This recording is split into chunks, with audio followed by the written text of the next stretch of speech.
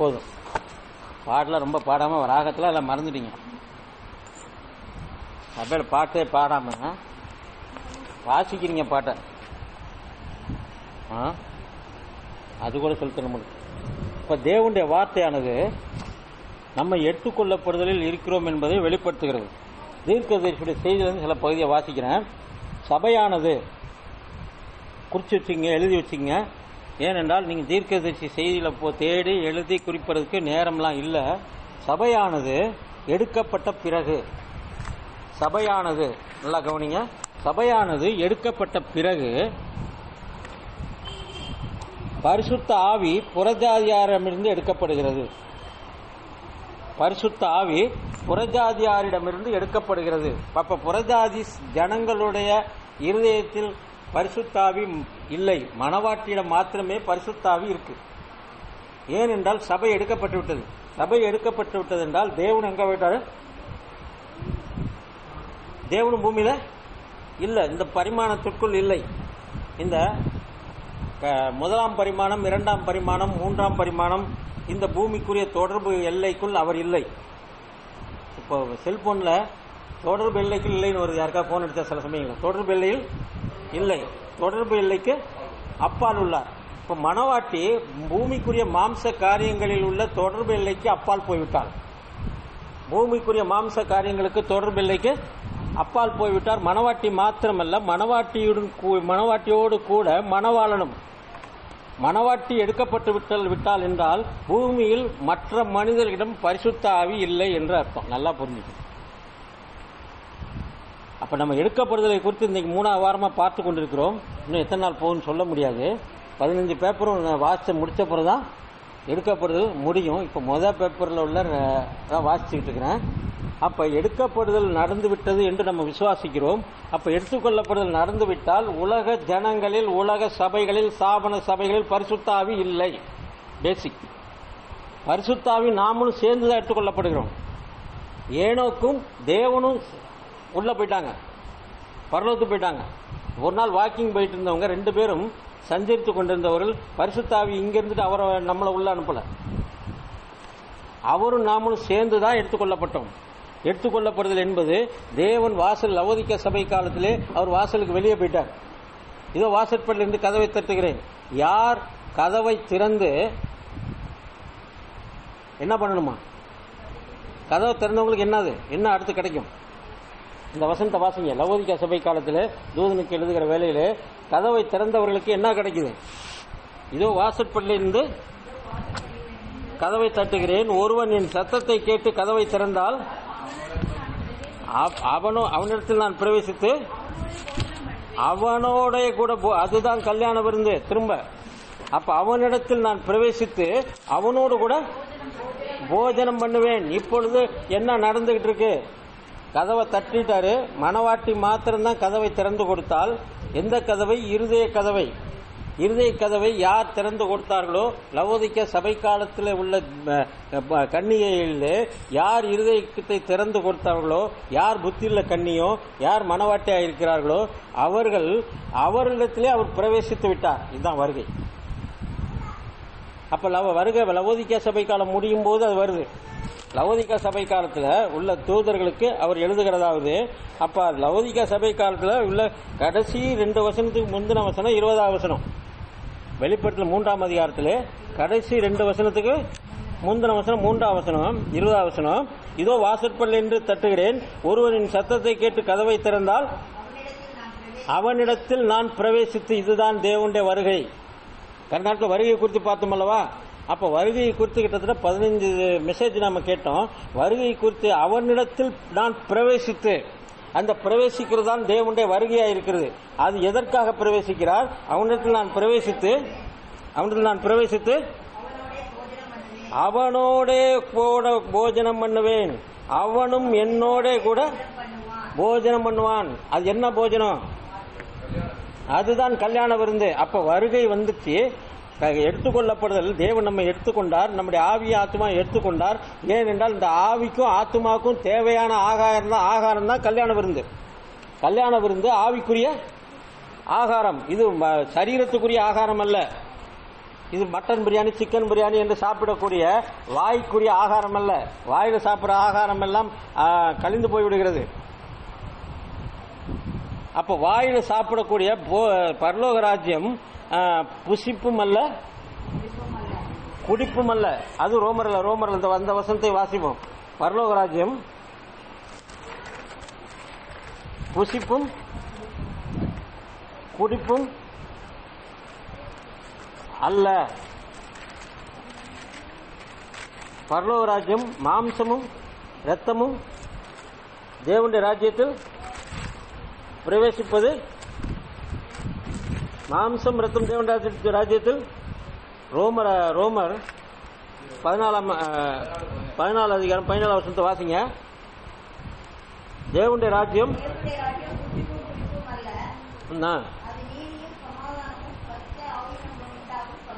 அது பரிசுத்த ஆவியினால் உண்டாகும் சந்தோஷம், புசிப்பும் குடிப்பும் அல்ல.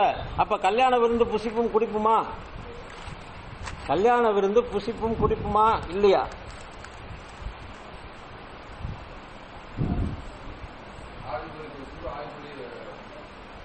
ஆவிக்குரிய ஆகாரம் அது மாம்சத்துக்குரிய புசிப்பும் குடிப்பும் அல்ல. அப்ப அந்த ஆகாரத்தை புசிப்பதற்காக தேவன் நம்மை எடுத்துக்கொள்கிறார். அதுதான் வாசல் பட்டிருந்து கதவை தட்டுகிறேன், ஒருவன் தன் சத்தத்தை கேட்டு கதவை திறந்தால் அவனிடத்தில் வந்து அவனை எடுத்துக்கொண்டு அவனை கல்யாண விருந்துக்கு எடுத்துக்கொண்டு போய் அவனோடு கூட போஜனம் பண்ணுவேன். இது லவோதிக்கா சபை காலத்தை விட்டு வெளியே கொண்டு போய் போஷிக்கிறார். சபை காலத்துக்குரியவர்களுக்கு அல்ல, சபை காலத்தை விட்டு வெளியே வருபவர்களுக்கு. ஒவ்வொரு காலத்திலையும் ஏற்கனவே சொன்ன எகிப்தை விட்டு வெளியே வந்த பிறகு அதுக்கு பேர் சபை. அப்ப உலகத்திலிருந்து நியாயப்பிரமாண சட்டத்திலிருந்து புதிய ஏற்பாட்டுக்குள்ள பெந்தேகோஸ்தே நாளுக்குள்ள முதலாம் சபை காலத்துக்குள்ள பவுலுடைய செய்திக்குள் வருகிறது தான் முதல் சபை காலம். அப்புறம் 7 சபை காலம் தொடர்ந்து ஒவ்வொரு சபை காலமும் ஒண்ணுக்குள்ள இருந்து ஒண்ணுக்குள்ள வெளியே வரணும். இதுல இருந்து அது வெளியே வரணும். வாழைமரம் வளரும் போது ஒரு மட்டைக்குள்ள இருந்து இன்னொரு இலை, அது இலை பெருசானா அதுக்குள்ள இருந்தா வருது. எது சைடுல வருதா? வாழை மரத்துக்கு கிளை இருக்கா?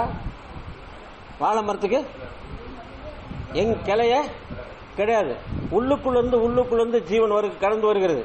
அதே போல ஒவ்வொரு சபை காலத்துக்கும் பவுல்ல இருந்து இர்னியஸ், மார்ட்டின் லூத்தர் உள்ளுக்கு வரிசையாக வருகிறது. கடைசியாக லவோதிக்கா சபை காலத்திலிருந்து வெளியே வந்தவர்களுக்குத்தான் மணவாட்டி. லவோதிக்கா சபை காலத்தில் இருக்கிறவர்களுக்கு சபை காலத்தவர்கள் தான், இன்னும் சபை காலத்தை சேர்ந்தவர்கள், அவர்கள் கிறிஸ்துவுக்குள் மரிக்கக்கூடியவர்கள். அதனால் சபை காலம் முடிந்து விட்டது. இனி சபை காலம் முடிஞ்சிச்சுன்னா வெளியே வந்திருக்கணும். எப்படி எகிப்தை விட்டு மோசே பஸ்கா ஆடு பலி செலுத்தி தலைப்பிள்ளை சங்காரம் முடிஞ்சு எகிப்தை விட்டு வெளியே வந்துட்டாங்க. வெளியே வந்த பிறகு அங்க ஒரு ஆத்மா கூட இல்ல. ஆனா அங்க உள்ள சில ஆத்மா இங்க உள்ள வருது. ஆனா எகிப்துல ஒரு ஆத்மா கூட கிடையாது. அதே போல லவோதிக்கா சபை காலத்தை விட்டு வெளியே வந்து விட்டால் லவோதிக்கா சபை காலத்தில் சபை காலம் உண்டு என்று சொல்லிக் கொள்ளுகிற ஜனங்களுக்குள் ஒரு ஆத்மா கூட மனவாட்டி கிடையாது. இன்னும் சபை காலம் இருக்குன்னு சொல்றவங்களுக்கு ஒரு ஆத்மா கூட மனவாட்டி கிடையாது. நல்லா புரிஞ்சுங்க. ஆகையினாலே இன்றைக்கு எண்ட் டைம் மெசேஜில் உள்ள ஸ்தாபன சபைகள் எவ்வாறு விழுந்து போகிறது என்பதை நீங்கள் புரிந்து கொள்ளலாம். மோசே கூட வந்திருக்கணும், செங்கடலை கடந்து வந்திருக்கணும். ஜோசுவா கூட இந்த யோர்தானை கடந்து பாஸ் ஆகி வந்துகிட்டே இருக்கணும். எங்கேயாவது ஜனங்கள் நின்னா பூமி பொழுது அவங்க விழுங்கிருது.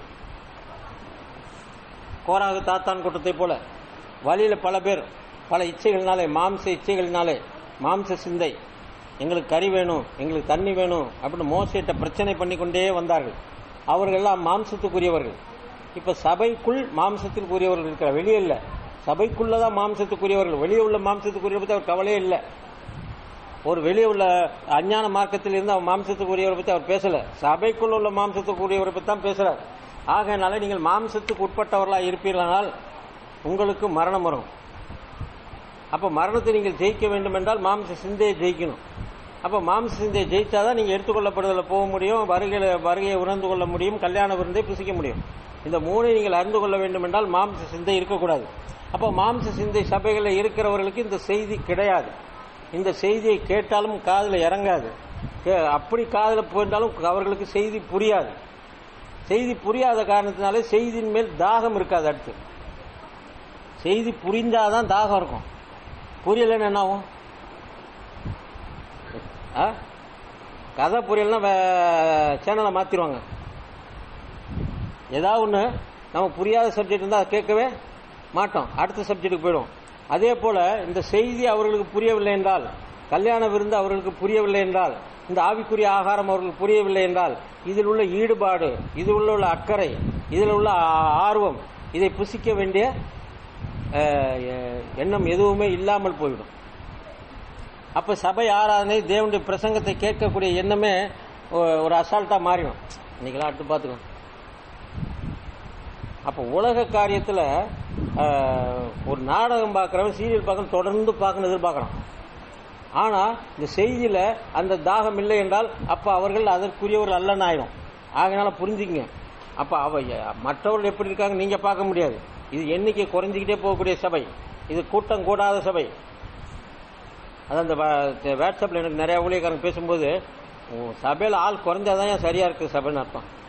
சபையில் ஆள் எண்ணிக்கை கூடுச்சுன்னா இந்த கடைசி கால சபையே கிடையாது. சபையில பெருகாதான் இந்த சத்தியத்தை அவங்களுக்கு ஜீர்ணிக்க முடியாது, கேட்க முடியாது. அப்ப இதை அவங்க புரிந்து கொள்ளாது. இது அந்நிய பாஷை. இங்க வந்தவங்கிட்ட இது நான் இப்ப ஹிந்திலே பிரசங்கம் பண்ணா எப்படி இருக்கும்? ஒன்னு தூக்கம் வரும், இல்லைன்னா எந்திரிச்சு போயிடுவீங்க. இல்ல நமக்கு புரியாத மொழியில் அவர் பேசுறாரு, அதை போய் என்னத்தை போய் கேட்டுக்கிட்டு அதுக்கு வீட்டிலே உட்கார்ந்துக்கலாம். அப்படி நினைப்பதை போல இந்த செய்தி புரியவில்லை என்றால் அவர்களை சொல்லி குற்றம் இல்லை. இவர்கள் முன்குறித்தலில் இல்லை, தேவனுடைய முன்குறித்தல்ல இல்ல. இந்த செய்தி புரியலைன்னா உங்களுக்கு அது அக்கறை இருக்காது. புரிஞ்சாதானே கேட்கறதுக்கு ஆர்வம் இருக்கும். வள கொல கொலன்னு இருந்ததுன்னா சொல்லுவாங்க.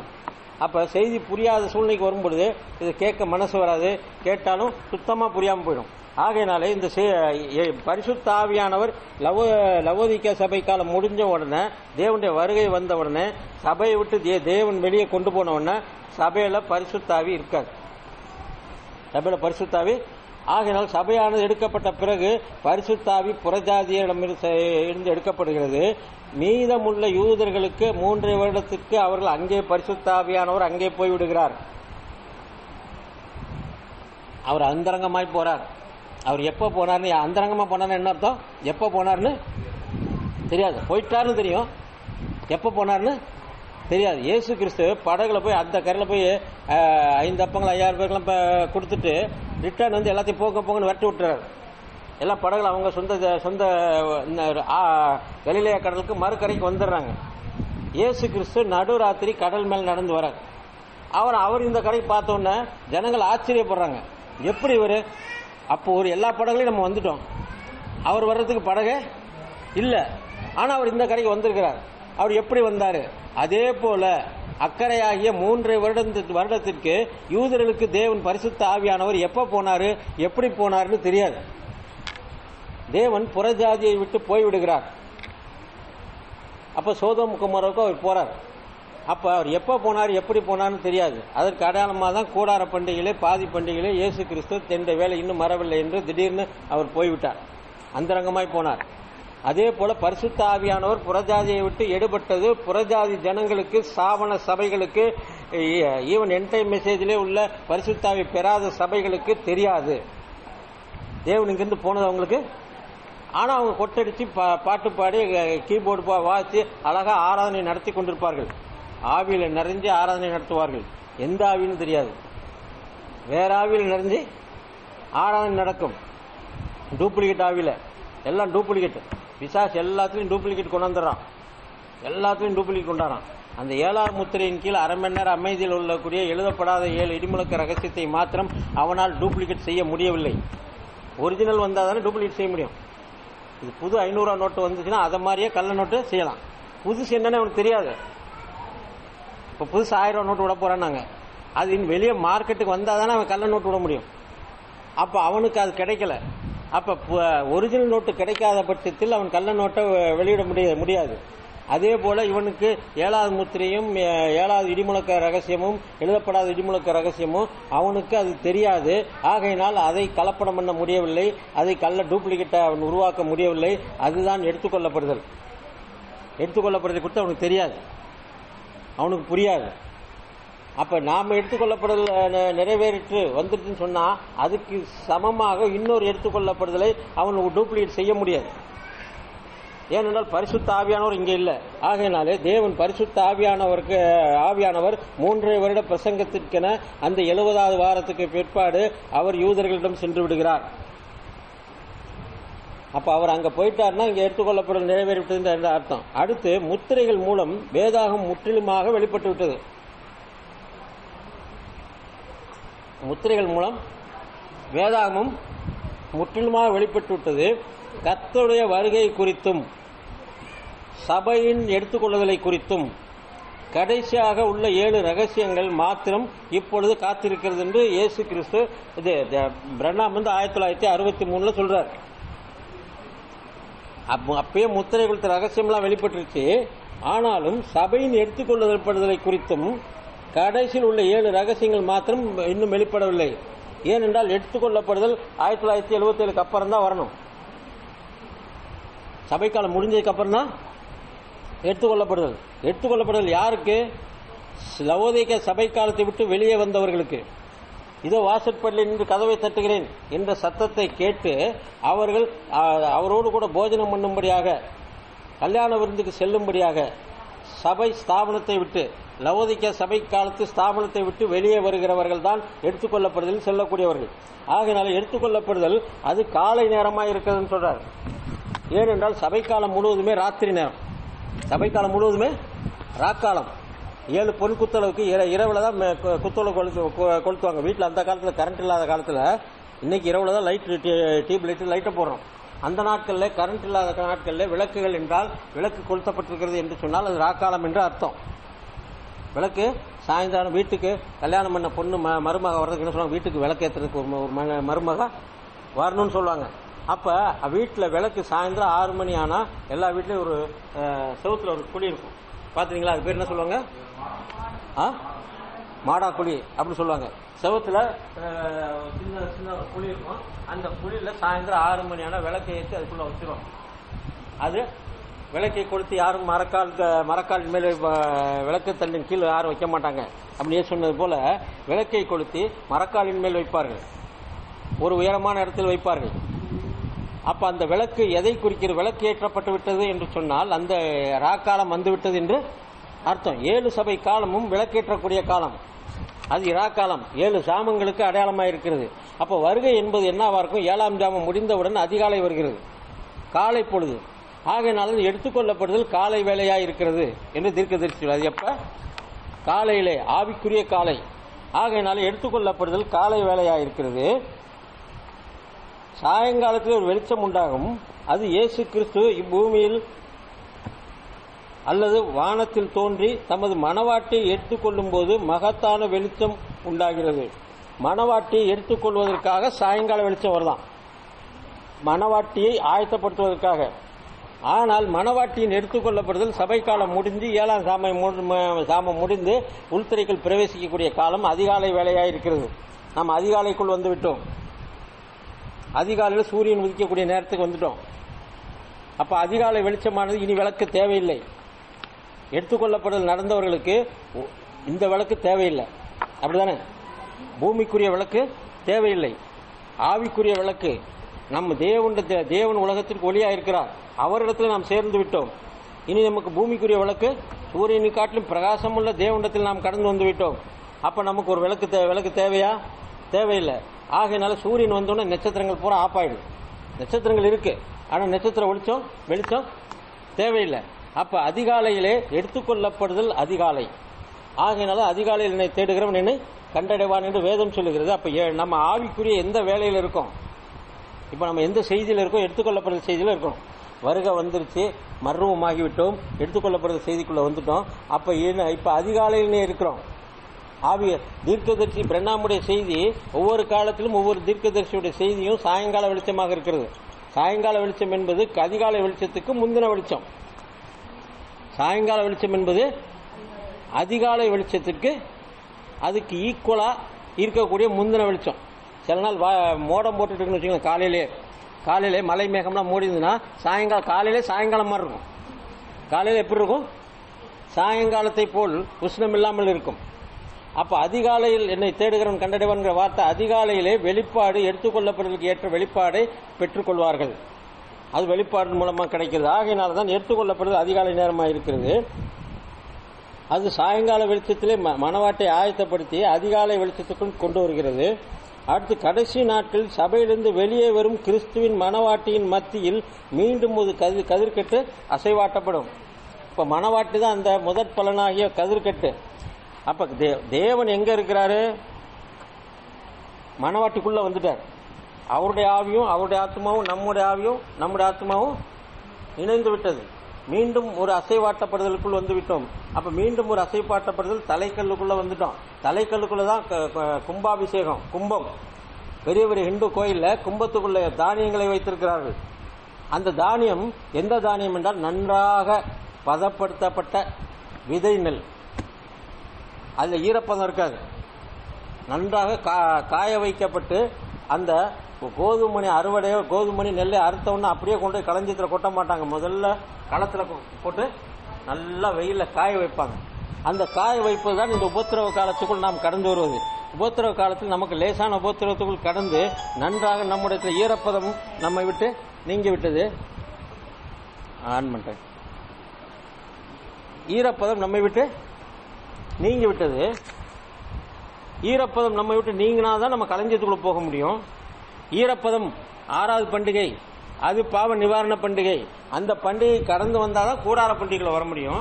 நாம் உள்துறைகள் எடுத்துக்கொள்ளப்படவில்லை என்ற வெளிப்பாடுக்குள் நீங்கள் வந்து விட்டீர்கள் என்றால் அதற்கு முன்பதாக நீங்கள் பாவ நிவாரண பண்டிகையாகிய 6வது பண்டிகையை நீங்கள் அறிந்திருக்க வேண்டும். உங்களை நீங்கள் தாழ்த்தி இருக்க வேண்டும். அங்கே நீங்கள் உங்களுக்கு முற்றிலுமாக பாவமாகிய மாம்ச சிந்தை எடுபட்டிருக்க வேண்டும். பாவம்னா என்ன? மாம்ச சிந்தை தான், வேற ஒன்றும் இல்லை. பெரிய நீங்க பாவம் செய்ய வேண்டிய அவசியம் இல்லை. உலக சிந்தை இருந்தாலே நீங்கள் பாவிதான். உலக நேசம், உலக ஆசாபாசங்கள், உலகத்தின் மேல் பற்று, உலக ஆசை, பண ஆசை, பொன்னாசை, பொருளாசை, சொத்தாசை, வீடாசை, எல்லாம் எது இருந்தாலும் அது மாம்சத்துக்குரிய காரியங்கள். அது உங்களை நரகத்துக்குள் கொண்டு போகிறது. அந்த சிந்தை இருக்குமானால் நீங்கள் முற்றிலுமாக பாவிகள் தான். பாவம் செய்யணும் அவசியம் இல்லை. அவிசுவாசம் பாவம். அவிசுவாசம் இருப்பதனால் சிகரெட் குடிக்கிறவன் சாராயம் குடிக்கிறவனா அந்த அவிசுவாசம் இருப்பதனால் அவன் சிகரெட் குடிக்கிறான், சாராயம் குடிக்கிறான். அந்த பாவத்தின் தன்மைகள் அவனுக்கு வெளிப்படுது. நம்ம அதைத்தான் குற்றமா பார்க்கிறோம் வழிய பொருளாசை ஆகிய விக்கிரகாராதனை, உலக ஆசை, மாம்ச சிந்தை, இந்த காரியம் தான் உண்மையான பாவம். அவன் இன்னைக்கு சிகரெட் குடிப்பான், நாளைக்கு விட்டுருவான். இன்னைக்கு உபச்சாரம் பண்ணுவான், நாளைக்கு விட்டுருவான். மனம் திரும்ப வாய்ப்புகள் இருக்கிறது. சாராயம் குடிக்கிற விட்டுருவான். ஆனா பொருளாசை இருக்கிறதே, அது யூதாசுக்குள் இருந்த ஆவி. அது கடைசி வரைக்கும் அவன் பணப்பையை தன் தோளிலே சுமந்தபடியினால் அவன் கடைசி வரைக்கும் இருதயத்தில் பொருளாசையோடு தான் தேவன் இயேசு கூட வந்துட்டே இருந்திருக்கான். இயேசு கூட பொருளாசையோடு வந்துட்டு இருந்தான். இயேசு கூட தண்ணி அடிச்சுட்டு வர முடியாது. இயேசு கூட சிகரெட் குடிச்சிட்டு வர முடியாது. வேற வெளியே தெரியக்கூடிய பாவங்களை செய்து கொண்டிருந்தால் சீசர்களை அடித்து துரத்துருவாங்க. சீசர்களை அவன் சேர்க்க மாட்டாங்க. ஆனா பொருளாசை என்ற பாவம் உள்ளுக்குள் இருப்பது சீசர்களுக்கே தெரியாது. அதை யார் காட்டி கொடுப்பாங்க? யார் காட்டி கொடுப்பாங்க? 30 வெள்ளிக்காசாக யார் காட்டி கொடுப்பார்கள் என்று ஒருவரை ஒருவர் கேட்டுக்கொண்டார்கள். ஏனென்றால் பொருளாசையை கண்டுபிடிக்க முடியாது. அது கடைசி வரைக்கும் சபைக்குள் வந்து கொண்டே இருக்கும். அது மாம்ச சிந்தை மரணத்தை கொண்டு வரும். அது சபைக்குள் புத்தி இல்லாத கன்னிகைகளைப் போல உள்ள வந்துகிட்டே தான் இருக்கும், கூட தான் இருப்பாங்க. ஆனால் அவர்கள் மாம்ச சிந்தையில் இருப்பார்கள். அவர்களுக்கு இந்த எடுத்துக்கொள்ளப்படுதலை குறித்து பிரசங்கித்தாலும், வருகை குறித்து பிரசங்கித்தாலும், 7ஆம் முத்திரையை குறித்து பிரசங்கித்தாலும் ஒன்றும் அவர்களுக்கு புரியாது. இப்ப பிரசங்கம் பண்ணது தேவனுடைய நாமத்தை குறித்தும், முத்திரைகளை குறித்தும், வருகையை குறித்தும் பிரசங்கம் பண்ணியாச்சு. இது எல்லாமே அவர்களுக்கு புரியாது. அடுத்து எடுத்துக்கொள்ளப்படுதலும் அவர்களுக்கு புரியாது. அவர் மாம்ச பிரகாரம் எடுத்துக்கொள்ளப்படுதலை பார்ப்பார்கள். ஏனென்றால் அவர்கள் மாம்சம் அவர்களை விட்டு இன்னும் போகல. மாம்ச சிந்தை அவர்களை விட்டு போகல. ஆகையினால மாம்ச சிந்தை இருக்கும் வரைக்கும் நீங்கள் அதை அறிந்து கொள்ள முடியாது. கடைசி நாட்கள்ல அந்த மீண்டும் ஒரு கதிர்கட்டு அசைவாட்டப்படும் என்று சொல்லுகிறார். அந்த கதிர்கட்டு, முதலாவது கதிர்கட்டு இயேசு கிறிஸ்து அடையாளமா இருந்தார். இயேசு கிறிஸ்துக்குள் நாமும் இருந்தோம். ஒரு கோதுமணி எடுத்து அசைவாட்டல. இந்த பிரணாம கும்புற தவறான உபதேசத்தில் உள்ளவர்கள் முதல் கோதுமணி இயேசுவான். அறுவடையின் முதல் கோதுமணி பிரணாமா. முதல் கதிர்கட்டை அசைவாட்டுகள் என்று சொல்லப்பட்டு அது பிரணாமை குறிக்கிறது சொல்லி அப்படி இல்லை. இயேசு கிறிஸ்து முதல் கதிர்கட்டு. நல்லா புரிஞ்சுங்க. முதற் பலன். ஒரு கைப்பிடி. அந்த முதல் கதிர்கட்டு மகா பரிசுத்த ஸ்தலத்துக்குள்ளே பிரதான ஆசாரியன் பிரவேசிக்கக்கூடிய இடத்துல அவர் இயேசு கிறிஸ்து பிரவேசித்து தன்னுடைய ஜீவனை ஜீவ பலியாக உள்திரைக்குள் கொண்டு போய் அசைவாட்டுகிறார், சுகந்த வாசனையாக. அதைத்தான் அந்த ஆசாரியன் கையில் என்ன வச்சிருக்கான்? சாம்பிராணி, தூப வர்க்கம். அந்த தூப வர்க்கம் இயேசு கிறிஸ்துவுடைய நறுமணமா இருக்கிறது. பேழையை செய்யும் போது, நோவா பேழையை செய்யும் போது எந்த மரத்தை செய்ய சொன்னாரு? கொப்பேர் மரம் எப்ப இருக்குமானா பப்பாளி மரம் மாதிரி உள்ள பூரா கோட்டை ஓட்டையா இருக்குமா. பப்பாளி மரத்தை வெட்டி பார்த்தீங்கன்னா உள்ள எப்ப இருக்கும்? ஒன்றும் வாழை மரத்தை வெட்டி பாருங்க, வாழை மட்டையில் உள்ள ஓல்ஸ் இருக்குமா இருக்காத? வாழை மட்டையை வாழை மரத்தை குறுக்க வெட்டி எப்படி இருக்கும்? ஓட்ட ஓட்டையா இருக்கும். அதே மாதிரி பப்பாளி மரத்தையோ சில மரங்கள் உள்ள ஓட்ட ஓட்டையா இருக்கும். அதுல ரோசின் என்ற பிசினை நீ ஊற்றுவாயாகன்னு சொன்னார் நோவாவுக்கு. நோவா காலத்தில் வாழ்ந்த ஜனங்களுக்கு மழைனா என்னன்னு தெரியாது, படகுன்னா என்ன தெரியாது. அவன் கடல்லே பிரயாணம் பண்ணவன் கிடையாது. அவன் அருவியை பார்த்ததில்லை, ஆறை பார்த்து. மழை இல்லைன்னா என்ன அர்த்தம்? குற்றாலம் மாதிரி ஃபால்ஸ் இருக்காது, அருவி இருக்காது, ஆறுகள் இருக்காது, எதுவுமே இருக்காது. ஒரு பக்கம் கடல், ஒரு பக்கம் நிலம், அவ்வளவுதான். ஆகையினால இவர் கடலுக்குள் இவர் பிரயாணம் பண்ண வேண்டிய அவசியமும், அந்த பக்கம் ஒரு தீவு இன்னொரு நாடு இருந்தாலும் கடல்ல பிரயாணம் பண்ணும். பூமியில தேவன் பூமியை சிருஷ்டிக்கிற வேலையில சேர்ந்த ஜலத்துக்கு சமுத்திரம் என்றும் வெட்டாந்திரை என்றும் ரெண்டா சிருஷ்டித்தார். ரெண்டு தான், ஒரு பக்கம் சமுத்திரம், ஒரு பக்கம் வெட்டாந்திரை. அந்த நோவா காலத்துல எல்லாம் மாறி கண்டங்கள் உருவாகி எல்லாமே சிதைக்கப்பட்டுதான் மாறிச்ச ஒழிய, நோவா காலத்துக்கு முன்னாடி வரைக்கும் கப்பல்னா என்னன்னு தெரியாது, படகுனா என்னன்னு தெரியாது, மலைனா என்னன்னு தெரியாது, நதினா என்னன்னு தெரியாது, எதுவுமே அருவினா என்னன்னு தெரியாது ஜனங்களுக்கு. அப்படி வாழ்ந்த நாட்கள்ல ஒரு கப்பல் செய்யணும்னு சொன்னா, ஒரு பேழை செஞ்சானு என்னமோ செய்யறான்னு பார்த்துட்டு இருந்தாங்களாம். இவன் என்ன செய்யறான்? கப்பல் செய்யறான்னு கூட அவங்களுக்கு தெரியவில்லையா, ஏதோ பொட்டி மாதிரி செய்யறான். அப்ப அவனுக்கு நீளம் உழவு அகல உழவு கொடுத்துட்டாரு. அது கொப்பையர் மரத்தை வெட்டி வெட்டி அடுக்கி வச்சிருக்கான். அவங்கெல்லாம் பார்த்து சிரிக்கிறாங்களாம். நோவா சொல்றான், இதுல பேலை செஞ்சு நான் கடலுக்குள்ள மிதக்க போறேன் அப்படின்னு அவன் சொல்லும் பொழுது அவர்கள் சிரிக்கிறார்கள். அந்த மரத்தை ஒரு துண்டை எடுத்து உள்ள போட்டோம்னா டப்புன்னு உள்ள முங்கிருமா. போட்டாலே அது மிதக்கக்கூடிய மரம் அல்ல.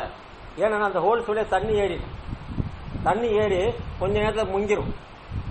அப்ப அந்த மரத்தில் சிறுக்கன்னு சொல்லிட்டு இருக்கும்போது தீர்க்கதரிசி சொல்லுகிறார், பாருங்கள், ரோசின் என்ற மரத்தின் பிசினை கீழ் பூச சொன்னாராம். ரோசின் என்ற மரம் எவ்வாறு தயார் பண்ணுகிறது தீர்க்கதரிசி சொல்றாரு. ரோசின் என்ற மரம் வேப்ப மரத்தில் பிசின் இருக்கு தெரியுமா? வேப்ப மரத்தில் கம் இருக்கு, முருங்கை மரத்தில் பிசின் இருக்கும். அது அந்த மரத்தில் எங்கேயாவது ஒரு அருவாள்கிட்ட அதை வெட்டினோம்னா அந்த வெட்டின இடத்துல இருந்து என்ன வரும்? பிசின் வரும். அதே போல ரோசின் என்ற மரத்தை வெட்டி அதை போட்டு அடிப்பாங்க. அப்ப அந்த மரத்தை அடிக்க அடிக்க உள்ள இருந்து பிசின் வந்துகிட்டே இருக்குமா.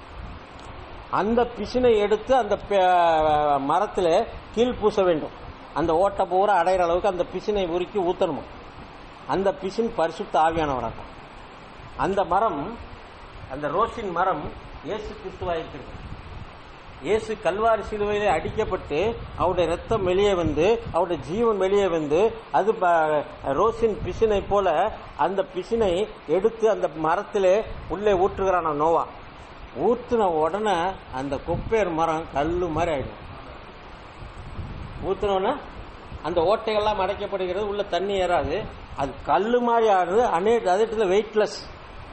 சில மெட்டல் பார்த்துருப்பீங்க, சில வீட்டில் தாப்பால் அலுமினிய தாப்பால் மாதிரி இருக்கும், வெயிட்டே இருக்காது. இதெல்லாம் இரும்பு தாப்பால், இதில் போட்டுக்கலாம். இரும்பு தாப்பால் கொஞ்சம் வெயிட்டா இருக்கும், தாழ்பால் அலுமினிய தாப்பால் போற வெள்ளை கலர் இருக்கும், வெயிட்லெஸ்.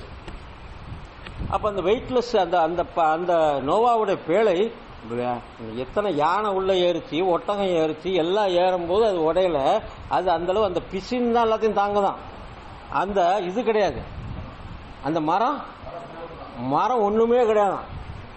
அந்த மரத்துல அந்த ரோசின் பிசின் உள்ளே ஊற்றப்பட்ட உடனே அது கல்லு மாதிரி ஆகி அது ஸ்ட்ராங்காகவும் ஆகுது, வெயிட்டும் கம்மியாகுது, ஈஸியா கடல்ல தண்ணி மிதக்க ஆரம்பிதான். இதெல்லாம் இந்த ஞானம் தேவன் இன்ஜினியரா இருந்து அங்க செய்யறான். நோவாக்கு ஒன்றும் தெரியாது. அப்ப தேவன் கப்பல் கட்டக்கூடிய இன்ஜினியர், அவர் கப்பல் கட்டக்கும்படி செய்கிறார். ஆனால் அவர் கட்டுவது உலக ஜனங்களுடைய பார்வையிலே காமெடியா இருக்கான். என்னவா இருக்கு? காமெடியா இருக்கு.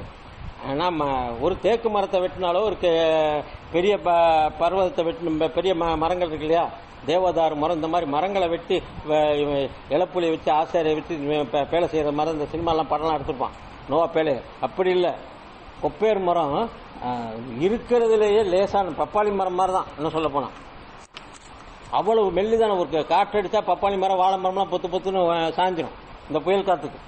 மற்ற மரங்கள் சாயாது. அந்த அளவு மெல்லிதான ஈஸியாக உடையக்கூடிய மெல்லிதான மரத்திலே நீ ஒன்றும் இல்லடா, நீ தான் அந்த மரம். அந்த கொப்பேர் மரம் யாரு?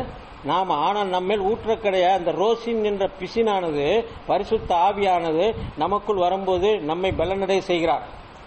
அந்த பேலையில யானை எல்லாமே போனாலும் அது அத்தனை மாதங்களாக கிட்டத்தட்ட 150 நாளா அந்த மேலே தண்ணியில மிதக்கும் போது எந்த பாதிப்பு உடையவே இல்லை, எதுவுமே சேதமடையவில்லை. ஆனால் இவர்கள் என்ன நினைத்து கொண்டிருந்தார்கள்? இவர் தண்ணியில மிதக்க விட்டாது ஓடா போகும், அவன் நோவாவை பார்த்து சிரித்து கொண்டிருந்தார்கள். அப்ப எடுத்துக்கொள்ளப்படுதல் அதே தண்ணீர் தான், அதே வார்த்தை தான் நோவாவை உயர்த்துகிறது, மற்ற ஜனங்களை அழிக்கிறது. ஒரே தண்ணி. கர்த்தருடைய வார்த்தை, கர்த்தருடைய வசனம் தண்ணீருக்கு அடையாளமாக இருக்கிறது, ஜீவ நதிக்கு அடையாளமாக இருக்கிறது. இயேசு கிறிஸ்து சமாரிய ஸ்திரீட்ட சொன்னது போல, நான் கொடுக்கும் தண்ணீர் என்றென்றைக்கும் உன்னிடத்தில் தாகம் உண்டாகாதபடிக்கு நித்திய காலமாய் உன்னுடைய இருதயத்தில் ஊறக்கூடிய பரிசுத்த ஆவிக்கு அடையாளமாக இருக்கிறது. அந்த பரிசுத்த ஆவி, அந்த ஜீவ நதி உள்ளுக்குள் வரும்பொழுது அப்பொழுதுதான் நீங்கள் எடுத்துக்கொள்ளப்படுகிறீர்கள். அந்த பரிசுத்த ஆவி, அந்த ரோசின் பிசின் அந்த பேலை ஸ்ட்ராங்கா ஆக்கி அவனை உயர்த்துதான். அதே தண்ணீரானது அவர்களை நியாய தீர்ப்புக்குள் கொண்டு வருகிறது. இப்ப கல்யாண விருந்து அப்படிதான். கல்யாண விருந்துக்குள் நீங்கள் ஒன்னு ஆகாரம் புசிக்க வேண்டும், இல்லை என்றால் பக்க வழியா உள்ள உட்கார்ந்து இருக்கிறவங்க விசுவாசம் இல்லாதபடி மாம்ச சிந்தையோடு கூட பக்க வழியா வருகிறவர்கள் யூதாஸ் திருவிருந்து புசித்தது போல இவர்கள் கல்யாண விருந்து புசிக்க முடியாது. இவர்களுக்கு அழுகையும் பற்கடிமான புறம்பான இருளே தள்ளப்படுவார்கள். அப்ப அழுகையும் பற்களும் புறமான இருள தள்ளப்பட்டாங்கன்னா அவங்களுக்கு நியாய தீர்ப்பு வந்துருது. ஒன்னு கல்யாண விருந்துக்கு வரலன்னா நியாய தீர்ப்பு தான், அதில் மாற்றமே இல்லை. அதுக்கப்புறம் கிருபையின் காலமே இல்லை. சபைக்காலம் முடிஞ்ச பிறகு தானே கல்யாண விருந்து. அப்ப கல்யாண விருந்துக்குள்ள வரலன்னா அப்புறம் கிருபைங்கிறது ஏற்கனவே எடுபட்டு போகிறது. ஏனென்றால் பரிசுத்த ஆவியானவர் புறஜாதியை விட்டு யூதட்ட போயிட்டார். இங்க கல்யாண விருந்து வரும்போது அவர் யூதட்ட போயிட்டார். அப்ப பரிசுத்த ஆவியானவர் புறஜாதியுடைய சபைகளிலே இல்லை, பரிசுத்தாவி பெறாத சபைகளிலே தேவன் இல்லை. இனி பரிசுத்தாவி பெறுவதற்கு சபையானது எண்ணெய் வாங்குறதுக்கு மளிகை கடைக்கு போய் எண்ணெய் வாங்குறதுக்கு போனாலும் அது அங்கே பரிசுத்தாவி கிடைக்காது. 7ஆம் சாமத்தில் இதோ மணவன் வருகிறான்னு சத்தம் வந்துருச்சு. 7ஆம் சபை காலத்தில் அது முடிஞ்சிருச்சு. அப்ப 7ஆம் சபை காலத்தை விட்டு வெளியே வந்துட்டோம். 1977 சபை காலத்தில் விட்டு வெளியே வந்துட்டோம். நேற்று ஒருத்தர் போன் பண்ணார், நேற்று நாள் 1977 சபை காலம் முடிந்தது என்று நீங்கள் எதை வைத்து சொல்லுகிறீர்கள்? தீர்க்கதரிசி எந்த செய்தியில சொல்லுகிறார் அப்படின்னு கேட்டார். தீர்க்கதரிசி செய்தியவே சரியா படிக்காம நம்ம சொல்றதை மட்டும் குற்றப்படுத்துறாங்களே ஒழிய தீர்க்கதரிசி செய்தியை சரியா படித்திருந்தா அவர் எந்த செய்தியில சொல்றாருன்னு உங்களுக்கு தெரியும். இருந்தாலும் நான் எந்த செய்தியில் சொல்றாரு, தானியேல் 70 வார்த்தை படிங்க, அந்த 2-3 மெசேஜ் அவர்கிட்ட சொல்லிவிட்டேன். லவோதிக்கேய சபை காலத்தில் சொல்லப்பட்டிருக்கு எல்லாமே சொன்னேன். அப்படியான்னு சொல்லி அப்புறம் நான் படிக்க ஆரம்பிக்கிறேன்னு போறேன். அப்ப அந்த தீர்க்கதரிசி செய்தி தெரியாமலேயே சபை முடியவில்லை என்று குற்றப்படுத்தக்கூடிய ஜனங்களும் இருக்கிறாங்க. ஆனால் கடைசி நேரத்தில் அவங்க புரிஞ்சு பிரயோஜனம் இல்லாமல் போயிடும். சபை எடுத்துக்கொள்ளப்படுதல் போனதுக்கு அப்புறம் அதை தெரிஞ்சு ஒரு பிரயோஜனம் இல்லை. அப்ப விசுவாசத்துக்குள்ள அதுக்கு முன்னாடி நீங்க வந்திருக்கணும். லவோதிக்கேய சபை விட்டு வெளியே வந்திருக்கணும். லவோதிக்கேய சபை காலம் இருக்குன்னு சொல்லிட்டு இருந்தா முடியாது. ஆகையினால் எடுத்துக்கொள்ளப்படுதல் லவோதிக்கேய சபை காலம் முடிந்த பிற்பாடு அடுத்து மணவாட்டியை பரிசுத்த ஆவி அபிஷேகத்தை நிரப்பி பூமியிலிருந்து அவர் எடுப்பதற்காக கிருபைக்குள்ளாக கொண்டு வருகிறார். பூமியிலிருந்து எடுப்பதற்கு மணவாட்டி பரிசுத்த ஆவினாலே முதல் நிறைவை கொடுக்கிறார். பரிசுத்த ஆவி நிறைவை பெறாமல் நீங்கள் எடுத்துக்கொள்ளப்படுவதற்கு ஏற்ற விசுவாசத்துக்குள் வர முடியாது. அடுத்து எடுக்கப்படுதல் அமிதமாக சம்பவிக்கும். அது மற்றவர்கள் அறிந்து கொள்ள முடியாதபடி, எடுத்துக்கொள்ளப்படுதலை மற்றவர்கள் அறிந்து கொள்ள முடியாதபடி ஒரு சாதாரண சம்பவமாக இருக்கும். அந்த வாட்ஸ்அப்ல போட்டான், எடுத்துக்கொள்ளப்படுதலை குறித்து வாட்ஸ்அப்ல போட்டான்.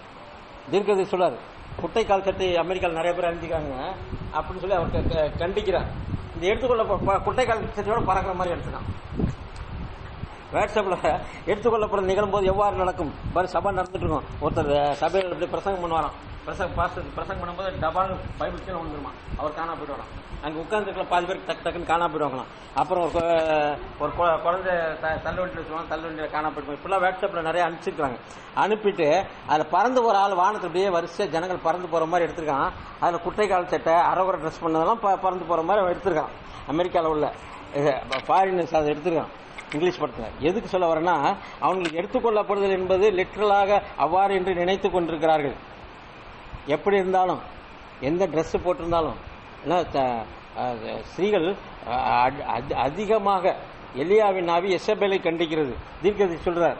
அப்ப எலியாவின் ஆவி எப்பொழுதுமே சபையாகிய ஸ்திரீ எவ்வாறு அசிங்கமாக நடந்து கொள்கிறாள் என்பதை கண்டிக்கிறதா இருக்கிறார். ஆகையினால தீர்க்கதரிசிக்கு பெண்களை கண்டால் பிடிக்காதோ என்று அவர்கிட்ட கேட்கறாங்க. உங்களுக்கு பொம்பளைங்களை கண்டாலே பிடிக்காதா அப்படின்னு தீர்க்கதரிசிட்ட கேட்கறாங்களாம். அப்படி அல்ல, அவர்களுடைய கிரியைகள், எசபேலின் ஆவி கடைசி நாட்களில் சபையில் இருக்கும். ஆகையினால லிப்ஸ்டிக் போட்டு அலங்காரம் பண்ணிட்டு கண்மை போட்டுக்கிட்டு மேக்கப் போட்டுக்கிட்டு பியூட்டி பார்லரில் போய் டெய்லி பியூட்டி பார்லருக்கு போயிட்டு வர்ற பெண்கள்லாம் இருக்கிறாங்க. அப்போ அந்த மாதிரி அவர்கள் இருப்பது ட்ரெஸ்ஸு மாத்திரம் இல்லை, எல்லாரும் தங்களை அலங்கரித்துக் கொள்ள விரும்புகிறார்கள். இது எல்லாமே விபச்சாரத்தின் ஆவி என்று சொல்கிறார். ஆகையினால் அந்த மாதிரி சூழ்நிலை எடுத்துக்கொள்ளப்படுதல் போது நடக்கும். ஆனால் இன்னைக்கு சபை என்ன நினைச்சிட்டு இருக்கு, அந்த பெண்களே பறந்து போற மாதிரி காட்டுறாங்க. அந்த பெண்களே லிப்ஸ்டிக் போட்டு கண்மை போட்டு குட்டை கால் சட்டை போட்டுக்கொண்டு அவர் வானத்திலே பறந்து அல்லேலூயா ஸ்தோத்திரம் பறந்து போற மாதிரி படம் போட்டிருக்கிறான். அப்ப எவ்வளவு அறியாமையில் இருக்கிறார்கள் என்று நீங்கள் புரிந்து கொள்ள வேண்டும். ஆகையினால சாதாரண சம்பவமா ஏதாவது இருக்கும், அது மாத்திரம் எடுத்துக்கொள்ளப்படுதல். இனி வரப்போகும் ஒரு நாளில் தீர்க்கதரிசி 1963 அந்த பிரசங்கம் பண்ணார். எடுத்துக்கொள்ளப்படுதல் இனி வரப்போகும் ஒரு நாளில் நிகழும், யாரும் சம்பவித்து விட்டது என்று அறியவே மாட்டார்கள். அப்ப 63 அவர் பேசும்போது 77க்கு அப்புறம் நிகழுங்கிற காரியத்தை வைத்து இனி வரப்போக காரியங்கள் நடக்கும் என்று சொல்லிட்டு, எடுக்கப்படுதல் அது ஒரு எளிய விதத்தில் சம்பவிக்கிறது. பிறகு நியாய தீர்ப்பு ஜனங்களின் மேல் விழும். எடுக்கப்படுதல் நடந்து விட்டால் அடுத்து நியாய தீர்ப்பு தான். அடுத்து கிருபைக்கு இடமே இல்ல.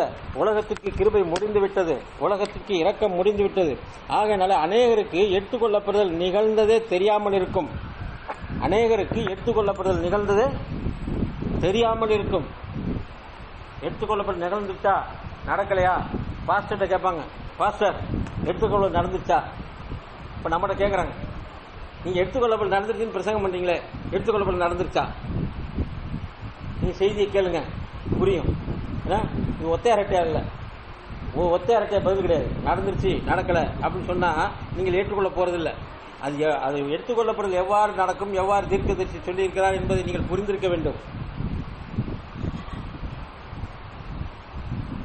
ஆகையினால எடுத்துக்கொள்ளப்படுதல் அது எளிமையான விஷயமாக இருந்தாலும் அது நிகழ்ந்தது தெரியாமல் இருக்கும். உபத்திரவ காலம் வரும்போது அதன் பிற்பாடு, எடுத்துக்கொள்ளப்படுதலுக்கு பிற்பாடு உபத்திரவ காலம் வரும்போது எடுக்கப்படுதல் ஏன் சம்பவிக்கவில்லை என்று ஸ்தாபன சபைகள், எண்ட் டைம் மெசேஜ் உள்ள சபைகள் என்ன எடுத்துக்கொள்ளப்படுறது ஏன் சம்பவிக்கவில்லை, உபத்திரவ காலம் வந்தது மாதிரி தெரியுது, ஜனங்கள்லாம் உபத்திரவத்துக்குள்ள போயிட்டு இருக்காங்களே. ஏன்னா அப்ப நெருக்கு 666 முத்திரை குத்தப்பட்டுருச்சு. இப்ப ட்ரம்ப் இஸ்ரேல் நாட்டில் அதிபர் சொல்லியிருக்கானா, கொரோனாவை கண்டுபிடிக்கிறதுக்கு 666 சிப் வைக்க போறான்ட்டு. இஸ்ரேல் நாட்டில் ஒவ்வொரு மனிதனுக்கும் சிப் வைக்க போறாங்க, சிப் வைக்கிறோம். அந்த சிப்பை உங்க சரீரத்தில் வைத்து விட்டால் உங்களுக்கு கொரோனா இருக்குன்னு சொல்லி அதில் என்ட்ரி ஆயிடுச்சுன்னா என்ன ஆகும், நீங்க எங்கெங்க போனாலும் நீங்க யாரோடு தொடர்பு கொண்டிருக்கிறீர்கள் என்பதை அது அறிந்து வெளிப்படுத்துமா. அப்ப ஈஸியா கொரோனா கண்டுபிடிக்கலாமா, கொரோனா வியாதியை நீக்கலாமா? யாரு? இஸ்ரேல் அதிபருடைய ஆலோசனை, அறிவிப்பு, அது நியூஸ்ல வந்திருக்கு. அப்ப எங்கேயோ கொரோனாவோட இந்த கருமண்டத்துக்கு வந்துட்டான். 3 பேர் வந்திருக்கிறாங்க அடுத்த தெருவில் பின்னாடி. அவங்க சென்னையிலேருந்து வந்தவங்களாம். அப்போ அவங்க எங்கேருந்து வராங்க, எங்கெங்க போகிறாங்கன்னு கம்ப்யூட்டர்லேயே தெரிஞ்சிச்சுன்னா அவங்க யார் வீடு கூட, அவங்களுக்கு யார் நண்பர்கள், எந்தெந்த நண்பர்கள் மூலமாக அந்த கொரோனா வியாதி தொற்று இருக்கிறது என்று அவர்கள் இருந்த இடத்திலேயே கம்ப்யூட்டர் மூலம் கண்டுபிடித்து அந்த கொரோனா வியாதியை கண்ட்ரோல் பண்ண முடியும் என்று இஸ்ரேல் தேசத்து அதிபதி சொல்றார் அதிபர். நம்முடைய நாட்டில் கொரோனாவுக்காக சிப் வைக்க போறோம் அப்படின்னு. அப்ப இதெல்லாமே அப்ப நமக்கு சிப் வச்சாருன்னா சிப் வைக்கிறதா, ஏற்கனவே நமக்கு பரிசுத்த ஆவியான முத்திரை குத்திட்டாரு. பரிசுத்த ஆவியான முத்திரை குத்தினதுக்கு அப்புறம் வேற ஒருத்தர் நம்ம மேல முத்திரை குத்த முடியாது.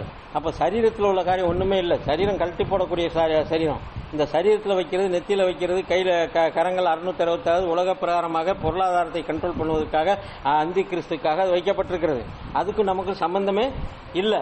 ஆகையினாலே ஆனா ஸ்தாபன சபைகள் என்ன நினைக்கும், அந்த முத்திரை குத்த ஆரம்பிச்சோன்னா ஐயோ உபத்திரம் நடக்குது, அப்ப முத்திரை குத்த ஆரம்பிச்சுட்டாங்களே அப்படின்னு சொல்லும் போது அவர்கள் எடுத்துக்கொள்ளப்படுறதுக்கு முன்னாடி நடக்கணுமே, ஏன் நடக்கல என்று சிந்திப்பார்களாம். ஏனென்றால் அவர்கள் அறிந்திருக்க மாட்டார்கள்.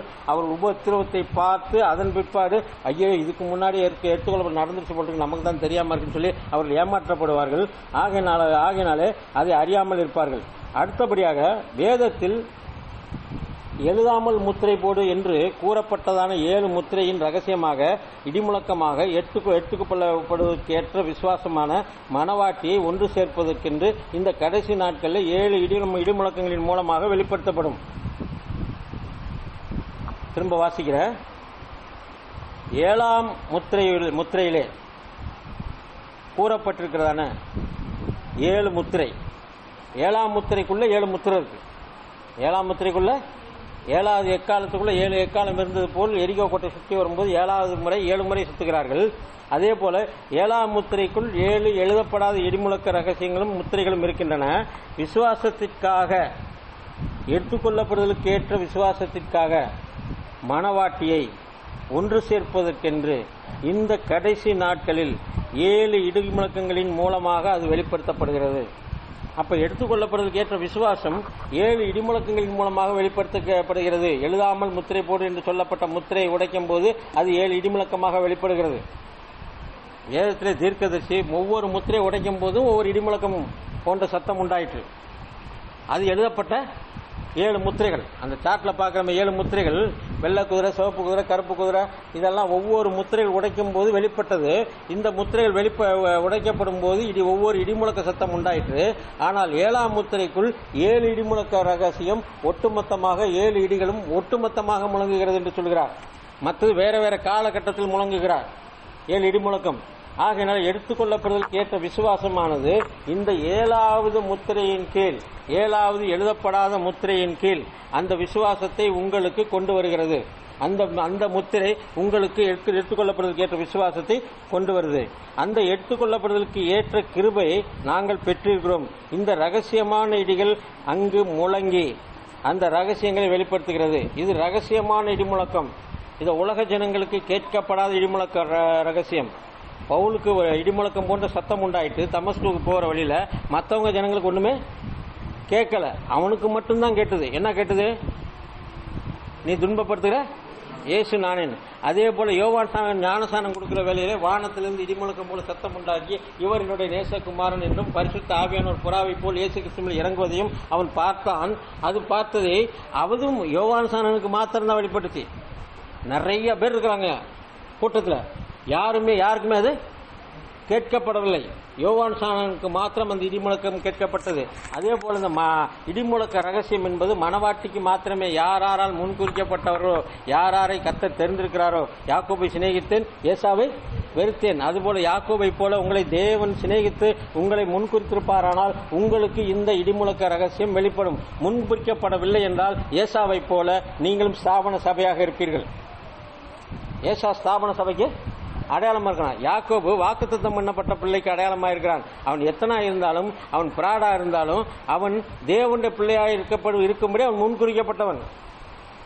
ஆகையினால இந்த ரகசியம் எல்லாருக்கும் கிடையாது. எடுத்துக்கொள்ளப்படுவதற்கு ஏற்ற ரகசியம் அந்த இடிமுழக்கத்தின் மூலமாக மனவாட்டிக்கு மாத்திரம் வெளிப்படுகிறது. அடுத்து, அவர் ரகசியமாய் வருவார் என்று வேதத்தில் சொல்லப்படவில்லை. இயேசு கிறிஸ்து வர்றது, அவருடைய வருகை ரகசியமாக இருக்கும் பைபிளில் சொல்லப்படல. ஆனால் திருடனை போல வருவான் என்று சொல்லப்பட்டிருக்கிறது. திருடன் தான் ரகசியமாக வருவான். திருடன் ரகசியமாக வரமாட்டான், ஒருவனுக்கும் தெரியாதபடி வருவான். ரகசியம் என்பது வேறு, திருடனை போல் வருவது என்பது வேறு. அவர் ரகசியம் என்பது யாருக்கும் தெரியாமல் இருக்கிறது. அப்ப யாருக்கும் தெரியாமல் வரவில்லை. மணவாட்டிக்கு மணவாளனுடைய வருகை தெரிந்திருக்க வேண்டும். அப்பதான் மணவாட்டி ஆயத்தமா இருக்க முடியும். மணவாளன் வர்றாருன்னு தெரிஞ்சாதான் மணவாட்டி என்னவா இருக்க முடியும், ஆயத்தப்பட முடியும். ஆகையினால அவள் ஆயத்தமா இருக்கிறாள், மணவாட்டிக்கு தெரியும். ஆகையினாலே மணவாட்டிக்கு அது ரகசிய வருகை அல்ல, ஸ்தாபன சபைகளுக்கு அது ரகசியமாய் தெரிகிறது அப்படின்னு சொல்லிட்டு எடுக்கப்படுதல் ரகசியமாக நிகழும். வருகை ரகசிய வருகை அல்ல, எடுக்கப்படுதல் ரகசியமாய் நிகழும். நல்லா புரிஞ்சுங்க. வருகை, அப்ப வருகையை குறித்து நம்ம பார்த்தோம், 15 செய்தி பார்த்தோம். வருகை ரகசிய வருகை அல்ல.